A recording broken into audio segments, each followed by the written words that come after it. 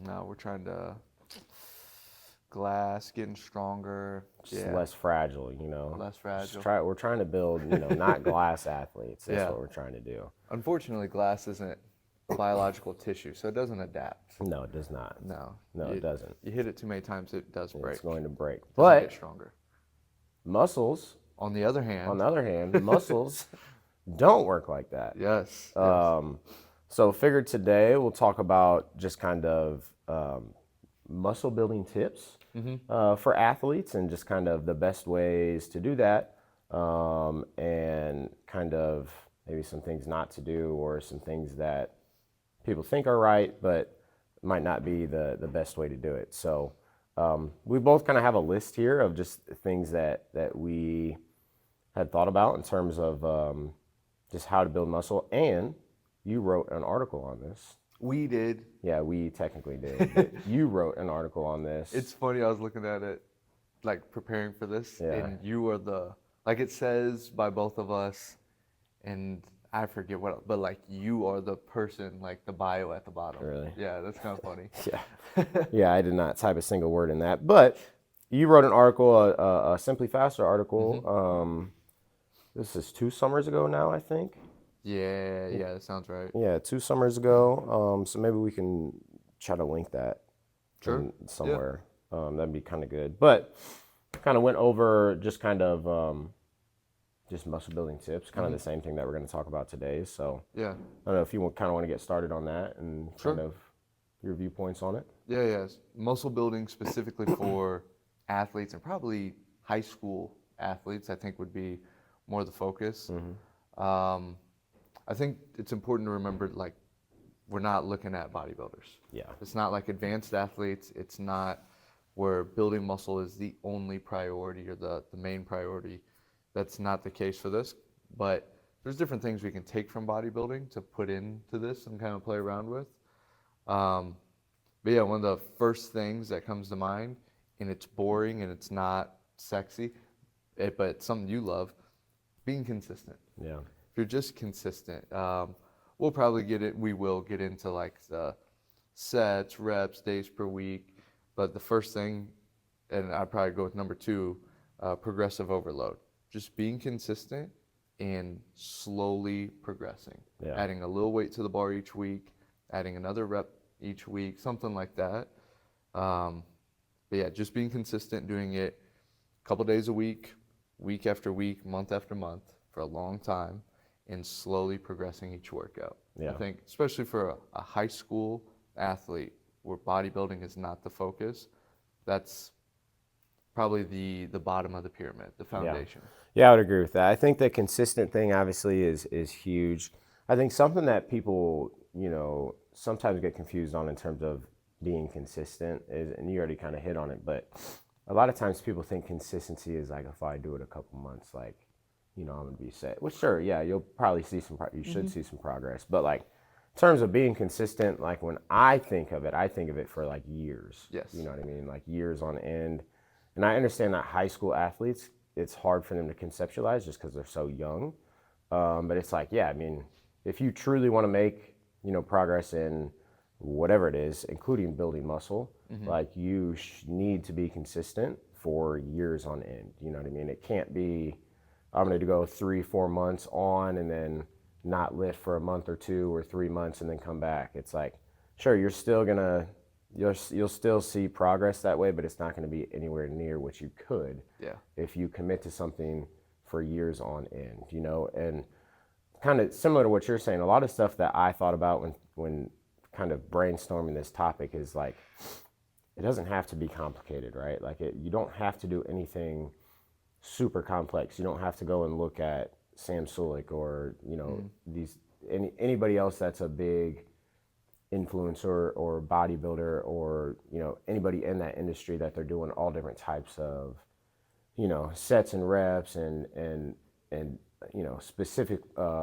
exercises for specific muscle groups. Like, you know, again, it's not bodybuilding, so it's kind of, you can fall into that trap of when you're talking about building muscle, I need to do what bodybuilders do. And sure, like you mentioned, there are things you can take from that and apply, but especially at the high school level, like, it's like, dude, you don't have to do anything crazy. No. Like, over the past couple of years, I've kind of started to implement just like, just 2 or 3 sets of like, curls and band press downs, or, something mainly just to help the kids like feel a little bit of a pump and feel good. But it's Yeah. like, man, if you do, 20 reps of 3 sets of 20 reps of banded curls, and the same thing with the banded tricep press, it's like, yeah, I mean, if you do that once or twice a week, it doesn't seem like much. But again, if you do that, and progressively overload it for a year or 2 or 3 years, like you're going to build some muscle, Yeah. Yeah. So the higher level you get, and the higher your training age is, it's probably good to add some more complicated or complex things into it to continue to overload that movement. But Yeah. for high school athletes, or for anybody that really doesn't have a high training age, it's like, dude, keep it simple. Yeah. You know what I mean? Like it doesn't require much. So really my first thing after that was just, talking a little bit about volume. This is what I specifically do. Not saying this is the only way, but like in terms of if you're in a hypertrophy phase, like our main movements will be 3 to 5 sets of 8 to 12 reps. And then our accessory movements, like I'll go up all the way to 20 with them sometimes. I'll stick between 10 and 20. A lot of times I'll have, the past year or two, I've tried to implement like a heels elevated goblet squat, and we'll do like we'll start with 15, we'll go to 18, then we'll go to 20, and then we'll start trying to, mess around with the weight there as well afterwards. It's like something as simple as that, like it doesn't take much, but, that's kind of the reps and sets. I guess for the accessories, I should mention, I usually do like 3 to 4 sets of 10 to 20 reps. I know that's a broad range, but depending on what the exercise is and depending on kind of the logistics of the room is kind of, those will dictate the more specifics of that. But just in terms of volume, that's kind of what I like to do. Yeah. And I think it's cool you mentioned like it's a wide range. Yeah. But the research shows 5 to 30 reps, all as long as they're pushed to relatively close to failure, or at least like your RPE or RIR, reps in reserve, are about the same if you did 5 reps or you did 30. Yeah. So as long as you push them both equally hard, it doesn't really matter. Yeah. Like you're still gonna work the muscle or help build muscle. So yeah, you can have a wide range. Especially for high school athletes with beginners, like you mentioned, so anything's going to work. And 2, high school puberty, especially for thinking boys for the most part, and testosterone's through the roof. Yeah. You can do anything. You can do anything. You don't have to do anything fancy yet. You can just be consistent, progressively overload those rep ranges, those sets, and everything will take off. Yeah. You don't have to do anything crazy. Yeah, you really don't. I think just to briefly hit on like the progressive overload idea, like for those that might not know what it is, or just to quickly hit on it, right? It's pretty simple. It's just the idea of, if I'm doing bicep curls and I do, 3 sets of 10 with 25-pound dumbbells, if I can get all 3 sets with 25-pound dumbbells without failing at all next week, you do 3 sets of 10, you use 30s, like super simple like that. Or you can obviously keep the same weight, increase the reps, so do 3 sets of 12 next week. Like there's a bunch of different ways to do it, but the basic idea is that, it's exactly what it sounds like. You progressively overload that movement by either adding weight, reps, or I would argue like time, right? Like in terms of like adding a tempo or a pause or things like that. Like those 3, at least for me, are the 3 main ways to kind of overload a movement. But simple concept, but it goes a long way. I mean, it's a foundation of strength conditioning. Even like bodybuilders, that's what they're doing. Yeah. That's what they're just adding volume or adding reps, or adding volume or adding weight every week for a long period of time. A long time, for years on end. Yeah. That's why you see people, being able to curl, 60, 70 pounds, or whatever, like dumbbell curl, like, because they've been doing it for so long. So now some of them are just freaks, but for the most part, they've worked up. They didn't start there, obviously. So I think it's important to, especially for this conversation, to understand, the idea of progressive overload, or at least the basics of it. And just kind of, when we throw that word around or that term around, that's kind of what we're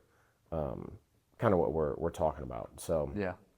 I don't know, past the sets and reps, like really again, like in here, it's one of those things where, I've played around with the idea of, and I do this myself personally as well when I work out, but it's like, man, like most of my training that I do personally, like isn't focused on growing muscle, but it is nice, like at the end of a workout to get like a little pump in, and it might, it takes no more than 10 minutes, but I'll grab a band and do just, okay, as many curls as I can with a band, I'll do 2 sets. So as many as I can, I'll give myself 1 rest. So, okay, I'll get to maybe like 15, and then I'll give myself like a 5-10 second rest and try to get another 10 or 15 Oh, really? more. Yeah. Quick rest. Yeah. Like super. Yeah. Yeah. Just rest in between or during the actual set. You know what I Okay, mean? gotcha. And so do that for, curls, press downs. You can do it with shoulder raises, not really with a band. I guess you could with a band, but a lot of different options to do. But I'll usually do 2 sets of like as many as possible, as many reps as possible between those, and I'll have like a number in mind that I want to try to hit. And just, I mean, again, that takes me less than 10, probably takes me less than 5 minutes, and I mean, get a good little pump going, and just something like that to kind of not really shock the system, but just to kind of a finisher wise, just get a little bit extra blood flowing and work through that at the end of a workout. Like that's really, for me personally, kind of that's really the only hypertrophy work that I do. Yeah. For the most part, So I think something like that where it's a burnout set, or, doing like a drop set, I'll do that sometimes where it's same kind of concept. So I'll start with like 30s, do 10 curls, go to 25s, do 10 curls, obviously 20s after that, and do 2 or 3 sets of that. Same thing with like a press down or like skull crushers or something like that. You can do the same thing with a shoulder exercise, but at least for me, who again, I'm not focused really on building muscle, but it is still kind of nice to get a little bit of hypertrophy work. Like that's something that's quick, it's easy, you do it at the end of a lift, and it really doesn't take, much time at all. Yeah. And, I guess I haven't really done or seen any research on the effectiveness of that, but for me personally, it feels good and it gives me what I need. Yeah, you know yeah. what I mean? So No, I think, again, I don't know the research on drop sets either, but if we look at bodybuilders, we're the biggest humans on the planet from a muscle standpoint, and they do it. There's probably some at least bro science to it. yes, for sure. And so if we're talking about basic sets, reps, volume, consistency, and overload, like bottom of the pyramid, I think that's like the sprinkle on top. And you mentioned like 1 or 2 sets. Yeah. You named all like more accessory isolation type exercises, not your back squat, not your deadlift. Yeah. You're not doing drop sets with it. Not saying you couldn't as a bodybuilder. Bodybuilders probably do. But if we're working with athletes, especially high school developmental athletes, no need. Yeah. I've been kind of on the same thing recently for myself personally.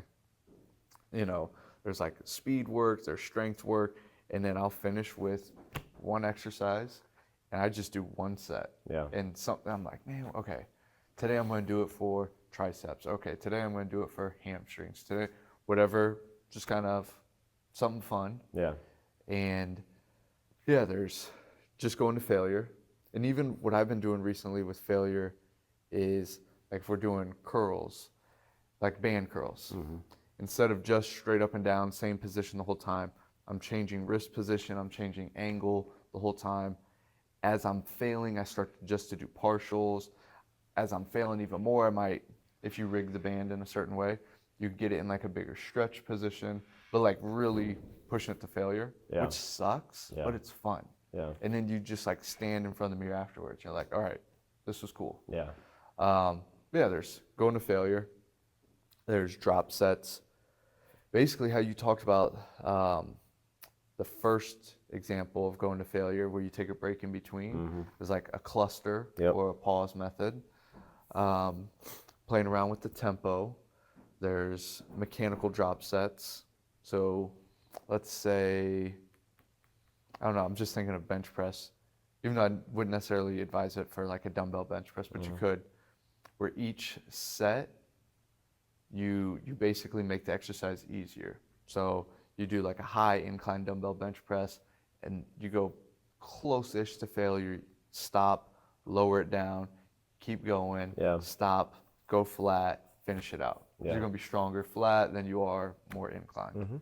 So just different ways to play around with and have fun. Yeah. So another thing that I think is, if we both wrote this down, super important, is full range of motion. Yeah.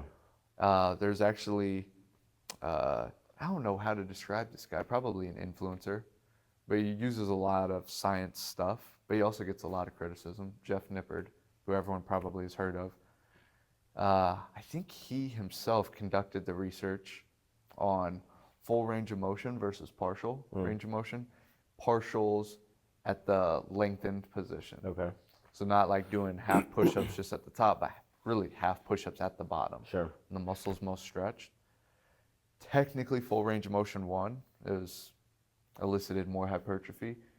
I forget exactly. It might have been insignificant difference though. But partials in the long range of motion was also super beneficial. It was pretty close to going full range, which isn't saying as an athlete go partial. But I think that highlights more the importance of going to the stretch position, going the full range. So yeah, whether it's a squat, which is probably what we see people struggle with the most, especially when it starts to get heavy, people want to not get to the deep position. RDLs could be the same thing. Pull-ups. Pull-ups is one I'm a stickler about. Push-ups, all your chest has to touch the floor, at least at the field house. Yeah, just making sure you go the full range of motion. I know you wrote some more notes down for that, but just working the tissue through its full length. Yeah. There's a lot of benefit to that. And I think, the benefits to training full range of motion, muscle growth or hypertrophy is only one benefit of it, right? So there's a lot of other benefits that you're getting from it as well. But specifically for this topic, right? Like, just training full range of motion is kind of what I wrote down here. But the more range of motion that you use, the more muscle fibers you're recruiting, and in turn, theoretically, the more muscle hypertrophy you're going to get. Right? If you're recruiting more muscle fibers, if you're using more muscle fibers, when you're doing a full range of motion squat, sitting into a comfortable bottom position compared to stopping at 90 degrees, like, yeah, you're recruiting more muscle fibers are going to be damaged and more muscle fibers are going to grow, theoretically, right? Now, there are benefits to, working different parts of a rep or different partials of a rep, if that makes sense. But specifically for like hypertrophy, like, yeah, training full range of motion, same thing with curls, right? Like whenever we're doing if we ever do curls in class, it's just get a full stretch at the bottom. Same thing with like, I've seen you do some of this stuff with like dips and even push-ups, but like elevated so you can get even a further stretch, or a full like drop into a dip.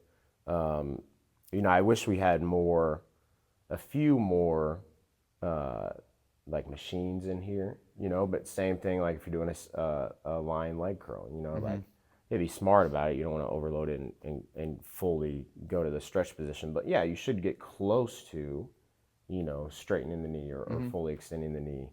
So you can do a lot of that stuff with like machine work and things like that. But I think just the benefits of training full range of motion specifically for muscle growth, like, yeah, it just makes sense. Yeah. And to me, like, I don't know, you're doing the reps anyways, you know what I mean? So like, why not do them right? Yeah. Or why not do them to full range of motion? Like, if that's what your goal is, if your goal is really anything outside of like maybe like power development, but still, strength, hypertrophy, mobility, like if you want to improve those things, like training full range of motion is going to benefit you. Yeah, connective tissue, tendons, everyone's got jumper's knee and stuff. Yeah, full range of motion is better for the tendons as well. Yeah. And then the next thing that I have for this, and this isn't really weight room based, but this obviously is a big part of it. And I guess my last two kind of go together. But just the general idea of like rest and recovery, is a big kind of concept of trying to maximize the benefit of any type of training that you're doing, right? So it doesn't have to be muscle hypertrophy, but it definitely plays into it here. Like, you need to get enough sleep, whatever that is. Good rule of thumb, obviously, general rule of thumb is 8 hours. If you're an athlete, I'd probably say try to get closer to 9. Depending, again, everybody's different, but proper nutrition, okay? Protein obviously plays a big part in just building muscles. So the basic idea of trying to get 1 gram of protein per pound of body weight in per day, again, is very general, but that is a good kind of guiding principle to try to follow. Yeah. I mean, if you've never tracked like your protein intake throughout the day, you're probably not getting as much as you think you are, 100%. So that's an interesting kind of thing for somebody to do. If I weigh 190 pounds, like I know for a fact, like I couldn't tell you the last time I got 190 grams of protein in. It's tough. It's tough. It's a lot harder than you think it is. Especially if it's like of quality. For sure. For sure. So yeah, you have supplements that can fill in there sometimes and help out. But just the idea of, in order to build muscle, like you need proper nutrition. So specifically proper protein intake. You need proper rest and recovery. So sleep, hydration, obviously, water intake, not only water, but electrolytes, like things like that. They all play into the results that you're going to get from your workout. You can't just, again, this is pretty common knowledge, I should say, but you can't just go super crazy in the weight room or in your training and then not recover properly. Get shitty sleep, be on your phone all night, not eat proper nutrition, don't drink anything. It's like, yeah, you're not going to get anywhere close to the benefit of that workout, compared to if you actually did prioritize everything that you do outside of the room rather than just focusing on what you're doing in your training. Yeah. Well, we've been posting a lot about recently. This will be posted a couple of weeks after, but like stress and recovery for adaptation. Weight room stress. Weight room, we're literally making you weaker in the short term. Yeah. In order to progress, you need the recovery aspect as well, with protein, nutrition in general, hydration, and sleep. Yeah, for sure. I think the last thing I had, days per week. So days per week, especially for a high school athlete, the more of a beginner you are, the more you could probably get away with working out this specific, I'll say body part, but hopefully we're not doing like arm day, leg day, chest day. But if you're doing an upper body day, you could get away with 1 day per week as a super beginner. Lower body day, 1 day per week. You can progress that and you'll actually continue to grow, especially in high school.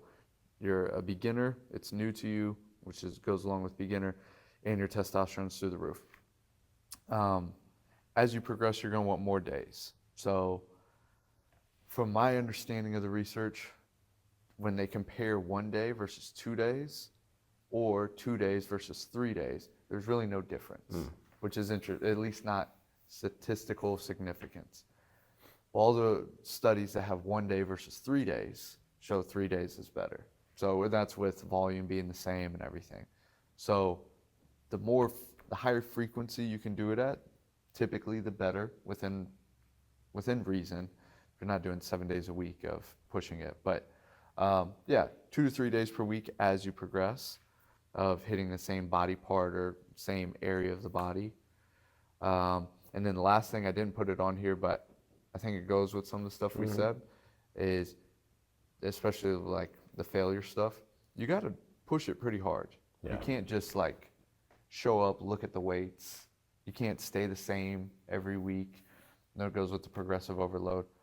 But you have to actually push the workouts hard. Now, it's not to say day one ever freshman step in the weight room at, I think I was like 112 pounds as a freshman. Damn. I know, isn't that crazy? um, it was 118. I was 118, 112, somewhere in there.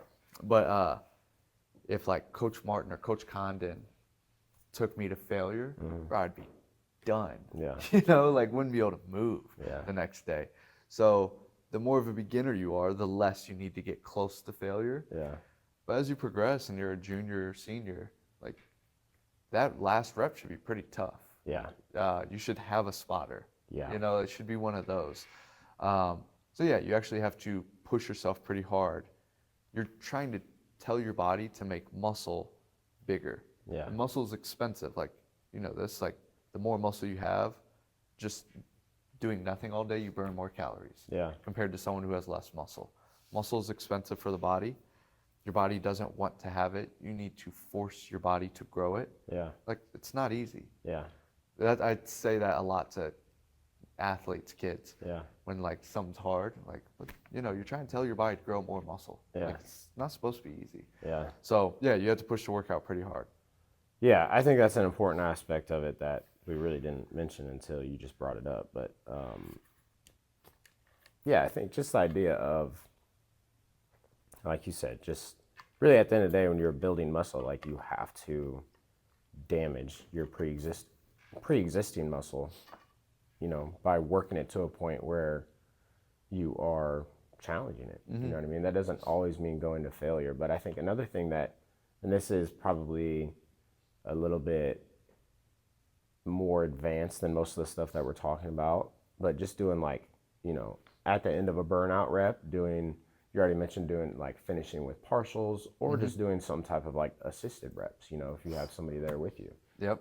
So if you're just doing curls, like if you do 10 of them and, you know, you get all 10, but it was a grind, maybe try to get 5 more with your partner helping you through, you know, the midpoint or wherever you're struggling at that movement, you know. Yeah. So like assisted reps, you know, can go a long way and just kind of, again, pushing yourself to the point where you're really taxing your body and overloading it. But, you know, it's something that I think some people have the concept that, bear with me here, that, you know, just because somebody takes steroids, they're going to grow that muscle.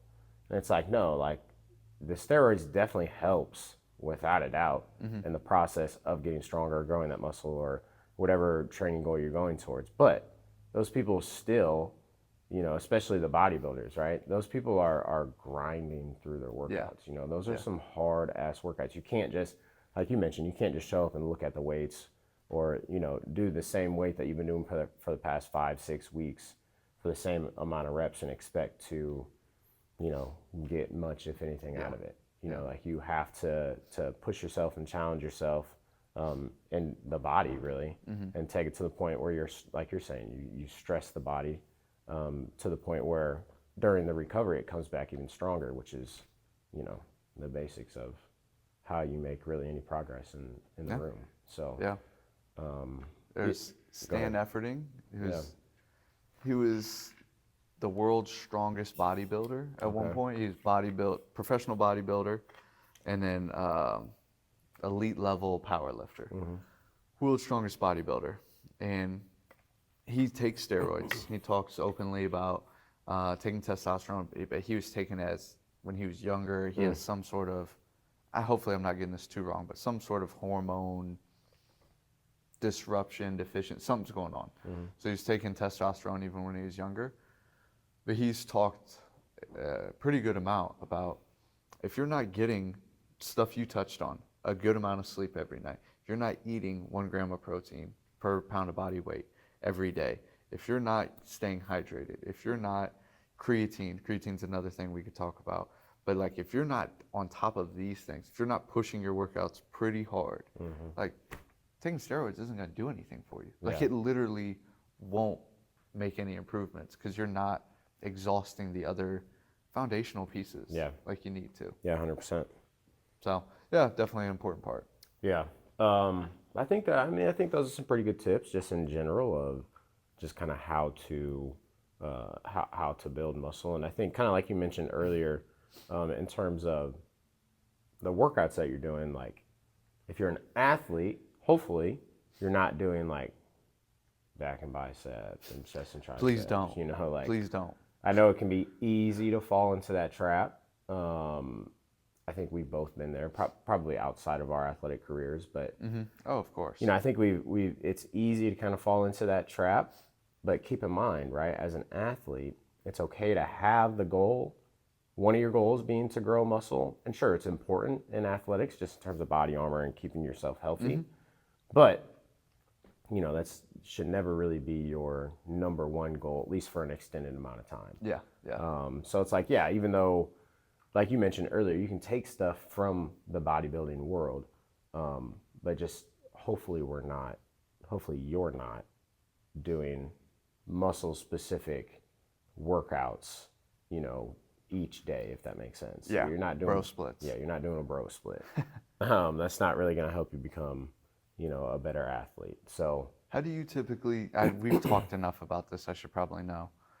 How do you, for your athletes, in class, let's say, not after school stuff, is it full body? Is it upper, lower, upper, lower? yeah, so in class is all full body. Okay. Yeah, so we'll do the 3 days that we lift, we'll do all full body. Yeah. After school, depending on how many days, usually after school, they're either 2 or 3 days. So then I'll do upper, lower, and then like a full body day. Okay. Yeah. And then for yourself personally, Yeah. what are your, we don't need like, what's your squat, like I squat this day but is it upper, lower, is it full body? How many days per week? Yeah, in terms of like lifting, usually, lately I've been, really since school started, I've been lifting twice a week. Before that, it was really once a week.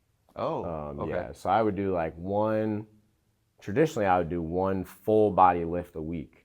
And it'd be a little bit longer, you know, it'd take me an hour 15, hour and a half. Just because, again, my other days were, you know, I would do a cardio day, 2 in an ideal week, 3 days of jujitsu. So that's 4 days, 1 full body lift, and then a 6th day maybe, depending on how I feel over the weekend. That's just like more auxiliary, accessory stuff. Yeah. But that was my kind of how I did it personally for a long time. So like I said, since school started, I've been going upper, lower, 1 cardio day, 2 days of jiu-jitsu, and a 3rd if I can make it. Okay. Yeah, so that's kind of how I do mine. Yeah. For youth athletes, I do full body splits every time. For draft prep, it's upper, lower, upper, lower. And then for myself, I used to do, I forget what it was, 3 or 4 days a week, a full body. And then, I just hit this year has honestly been a tough year for me to like be, I don't know, inspired to work out. It's just like so many work things. Is what we're doing and then what we're each doing individually. It's like, man, I just don't want to. Yeah. Like I'd rather get this done than work out. But anyway, so I've made my workouts a lot smaller. Try to make them 30 or 40 minutes. But I go 6 days a week now. But like first thing in the morning, wake up, pee, brush my teeth, change, make a cup of coffee, take that with me on the road. Like even yesterday, even tomorrow, it's a holiday. First thing I'm going to do. Yeah. So I can just make sure I do it. But that way, so 6 days a week, I'm doing upper, lower, upper, lower, upper, lower. Okay. So, but then again, the workout's literally 30 minutes sometimes. Yeah. So But yeah, and doing it in the morning is nice, man. I know you're a morning guy, and yeah, when usually during the school year, I mean, just in general, I would rather, even if I work out on the weekend, I'm going to work out in the morning, not as early as you do, but like I'll work out. I like to start my day with my workout, you know, for the most part. yeah, I know some people like to do it at the end of the day, which is, I couldn't do it though. couldn't do it. I I don't know, tried dude. it, but man, Yeah, I struggled. I couldn't do it. So yeah, morning workouts I'm a fan of them as well. And it's like, hey, you start the day off right, and you know, I don't know. I can't. Did we talk about me drinking caffeine lately? No, I think privately because you had you had a Red Bull, you had something. Yeah. So well, I've been, you know, there's no plan period in the weight room this year, so don't have really that's really when I would work. If I would lift or run, I would do that in the past. I would do that during that plan period. But this year, no plan period. So you know, I've been working out in the morning, so I work I usually wake up around like 5, try to leave my house at 5:30, and then And this is 2 days a week? 2 or really 3, because I'll do my cardio day in the morning Okay, as well. okay. Yeah. But lately it's been 3 days a week, and yeah, like try to work out 5:45 to 6:45, 7ish. But just not only waking up in the morning and the first like, I don't know, 10, 15 minutes of the workout, including the warm up, or like, I'm struggling to get into it a little bit, but like nobody else is in here, so I'll be blaring the music, turn the music up, and then I'll just have, I'll be drinking something, because I'm not a big coffee guy, so I've been drinking just like mostly sugar-free, like energy drinks, Red Bulls or Monsters or C4s or whatever, and it's like, dude, not drinking any caffeine, and like that shit shocks me, bro. It gets me going, dude. You know what I mean? Like even after the first, and a lot of it's probably in my head, but after the first couple sips, I'm like fucking just ready to go, you know, just waking up. But say all that to say, like, I don't even know how we got on the topic here, but This is all you. yeah, say all that to say that working out in the morning, including a little bit of caffeine in the morning as well, like, man, I just feel so much better throughout the day. Yeah. Now obviously I'm a lot more tired once it gets to 7 or 8 p.m., usually, but That's not a bad thing. no, it's really not. Yeah. It's really not. A lot of people talk about just morning routine wise and like raising your cortisol in the morning, right? Is a is a good way to kind of kickstart your day. And one of the ways to do that obviously is exercise. So yeah, I've just been doing that lately. We were just talking about just how we structure our own workouts. Yep.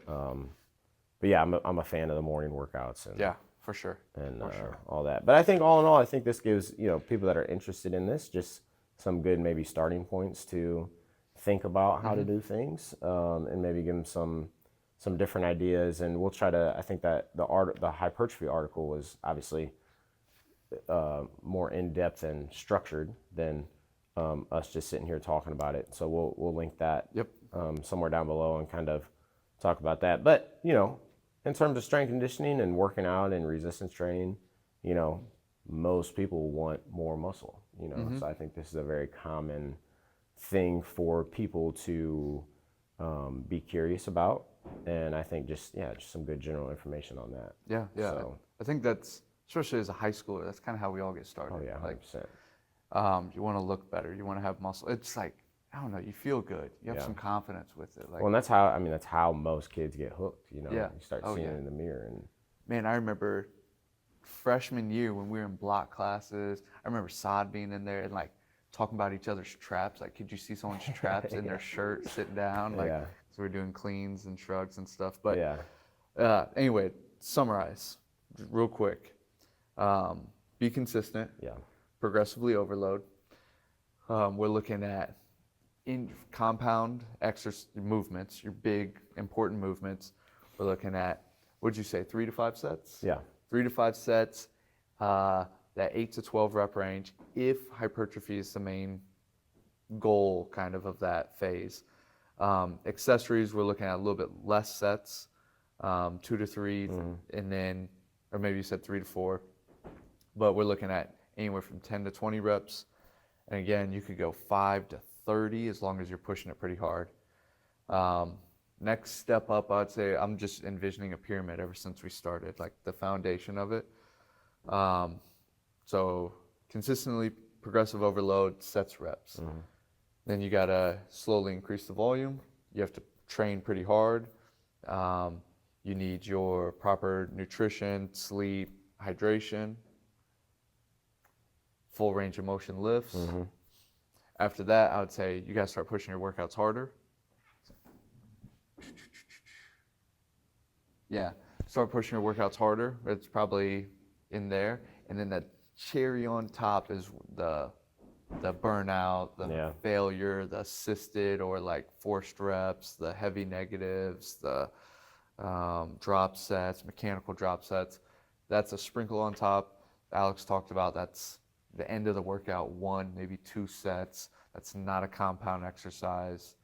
I think that pretty much sums it up. I think that right there, that the whole idea of the pyramid, I think that pretty much hits it all. You know, Yeah. but obviously anytime you have that pyramid, it's you focus on the bottom stuff. Mm-hmm. You know, you have to have that foundation built and set in stone, and if you don't, everything else above it is not going to really have an impact. Yeah. You know, so you Yeah. have to make sure that you have, as Steve mentioned, the stuff on the bottom of the pyramid dialed in, and you know, then you can kind of start building on top of that. But without that stuff, you're never really going to see much progress. So that's good, man. That's some good stuff. I think, you know, next week well, maybe not next week. We got something big next week, man, going on.